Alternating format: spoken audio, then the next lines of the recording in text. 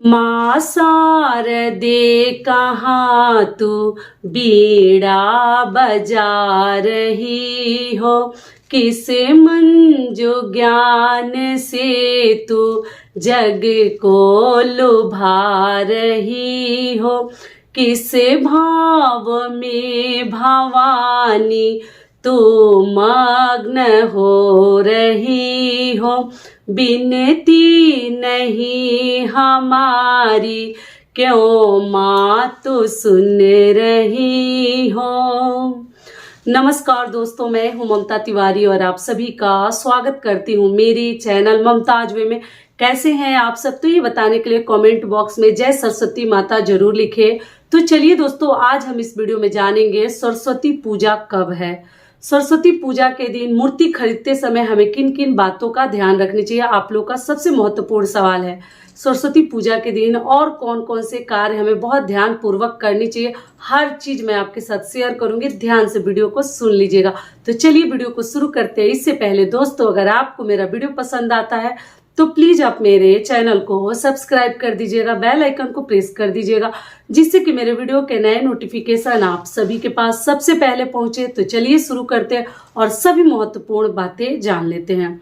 तो सबसे पहले दोस्तों, आपको बता दूं कि माघ महीने के शुक्ल पक्ष की पंचमी तिथि के दिन हम सरस्वती पूजा जो है मनाते हैं अपने घर में, या पंडाल में भी बहुत सारे लोग सरस्वती जी की प्रतिमा रखते हैं। और सरस्वती पूजा के दिन अबूझ मुहूर्त रहता है।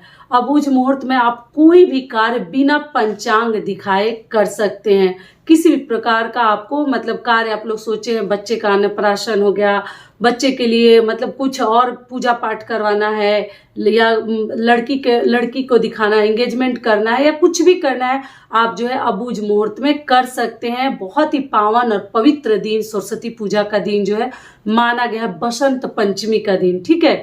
और पंचमी तिथि अपने में ही महान मानी गई है। तो आप कोई भी कार्य अगर सोच रहे हैं कुछ नया कार्य करने के लिए, तो आप जो है बिना पंचांग दिखाए आप बसंत पंचमी के दिन, सरस्वती पूजा के दिन कर सकते हैं। तो इस साल 2024 में बसंत पंचमी का त्योहार हम कब मनाएंगे, तो आपको बता दूं कि इस साल 2024 में बसंत पंचमी का त्योहार हम 14 फरवरी को मनाएंगे।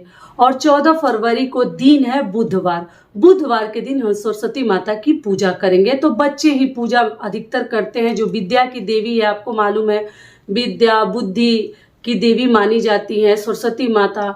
तो बच्चों के साथ साथ पेरेंट्स भी थोड़ा बहुत, माता पिता भी हेल्प करते हैं, लेकिन बच्चों की पुस्तकें वगैरह उस दिन स्नान ध्यान बच्चों कराकर पीला वस्त्र हो सके तो सभी परिवार आप लोग पहनिए। बसंत पंचमी के दिन पीला वस्त्र ही धारण करनी चाहिए, और पहनाकर बच्चों को अच्छे से तैयार करा के आप बोलिए कि जो भी उनकी पुस्तक है और जो सबसे अधिक जो सब्जेक्ट उनको हार्ड लगता है, भारी लगता है, सरस्वती माता के चरणों में जरूर उस दिन चढ़ाएं।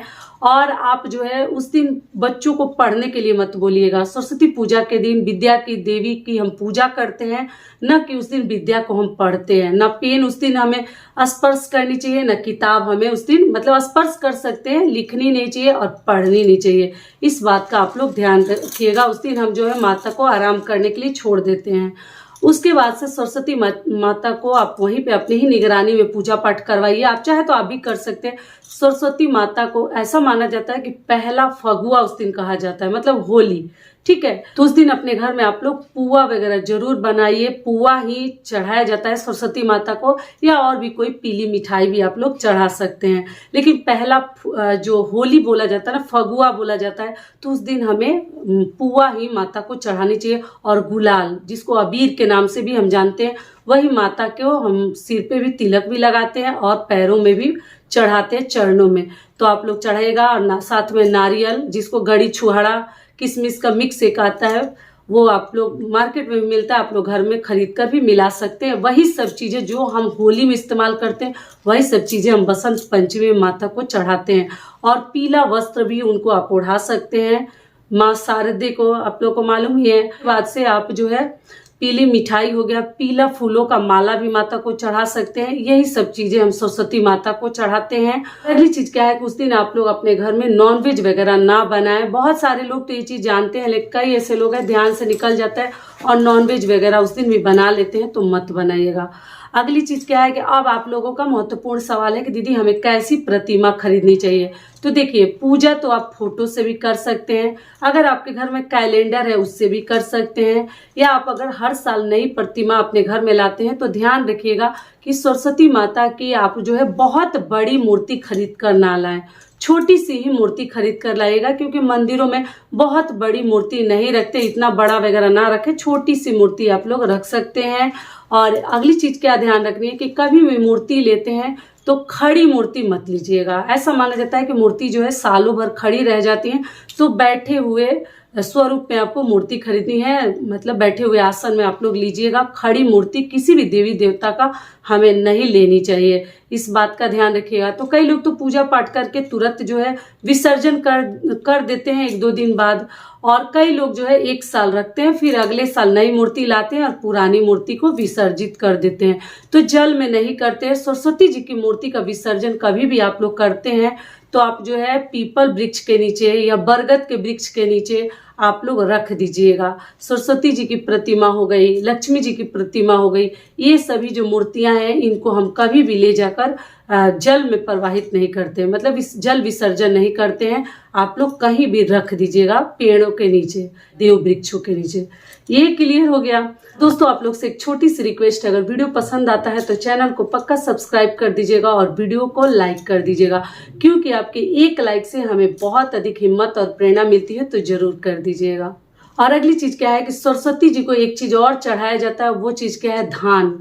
गुलाल तो चढ़ाया ही जाता है और पुआ चढ़ाया जाता है, और धान जो है ना, आप लोग को मालूम होगा धान किसको बोलते हैं, जिसमें से चावल जो है कूटने के बाद निकलता है। गांव में जो रहते होंगे उनको मालूम है, लेकिन आजकल के युवा पीढ़ी को धान भी नहीं मालूम है। गेहूं तो लोग थोड़ा बहुत जानते हैं, धान नहीं जानते, बस चावल ही जानते हैं।